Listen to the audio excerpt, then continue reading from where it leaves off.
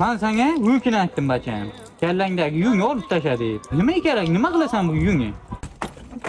Radik, ben keldim jalla. Bu kim bu? Ha bacım? Kim bu? Jo'ram bu dada.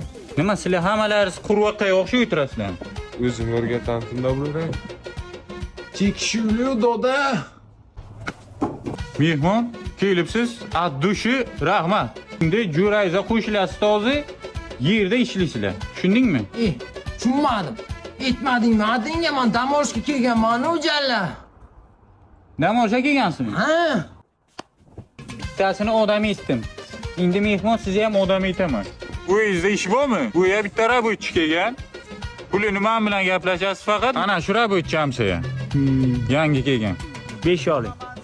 Kuniga ishlagan uchun 50 mingdan beraman. 50 ming to'g'ri kelmaydi. 80 ming so'm. Normal ishlaydi bu. Hamsiya, buni men olib ketamdan keyin men o'zim 80 atacağım. Meniki ham emas, meniki ham emas. 65.